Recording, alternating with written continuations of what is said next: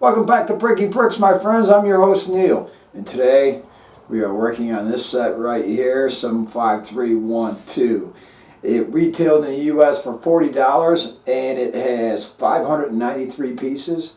It consists of 2 minifigs, the new Boba Fett fig, and another Mandalorian, part of the Mandalorian series.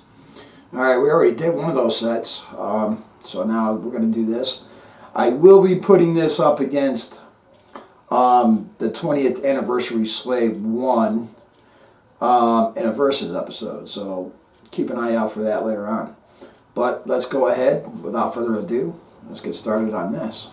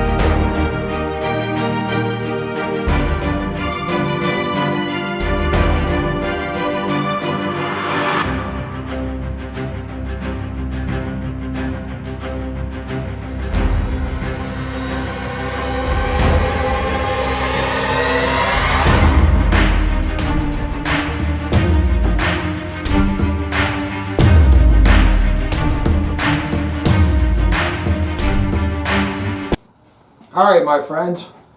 I think we've gotten this thing together, and overall it doesn't look too bad. Smaller than I expected. But then again, I knew this was smaller than the Slave one I was talking about earlier in the video. But you know what? Looking at this and then turning around and looking at the Slave 1 version that came with Betrayal of Cloud City, it's just slightly bigger.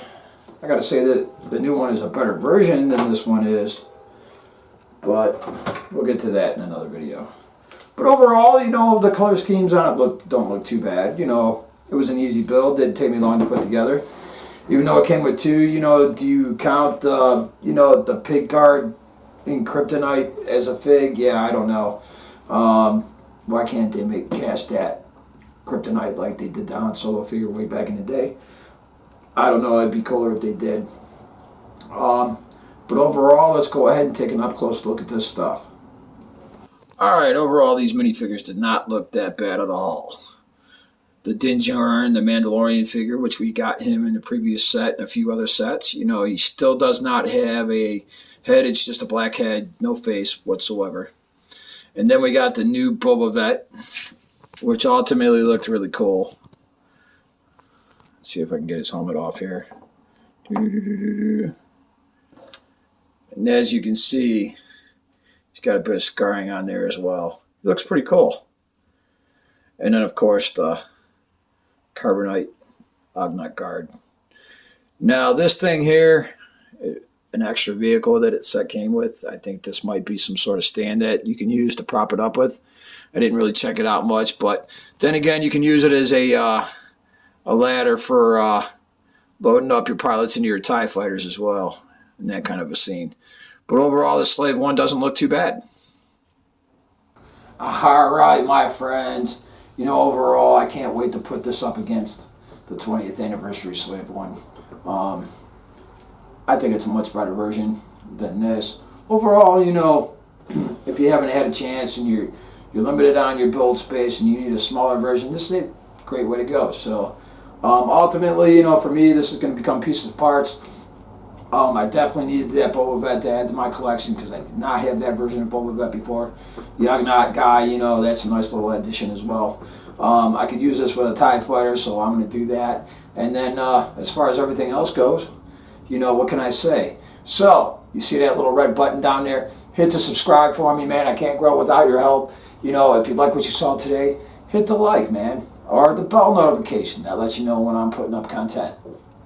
And of course, you know, leave me a comment down below and I will get back to you as soon as I possibly can. Otherwise, my friends, I'll see you next time on Breaking Bricks.